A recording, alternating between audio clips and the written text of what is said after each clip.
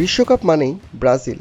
5 বারের বিশ্ব চ্যাম্পিয়নরা এবারও কোয়ালিফাই করে ফেলেছে, যদিও সাম্প্রতিক পারফরম্যান্সে কিছুটা উঠানামা ছিল।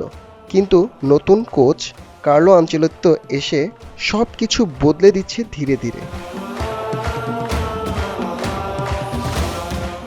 এখন তাদের পরিকল্পনা স্পষ্ট: শক্ত ডিফেন্স, ফাস্ট কাউন্টার আর ভিনিসিয়াস ও নেইমারের জুটি নিয়ে ভয়ঙ্কর আক্রমণাত্মক ফুটবল।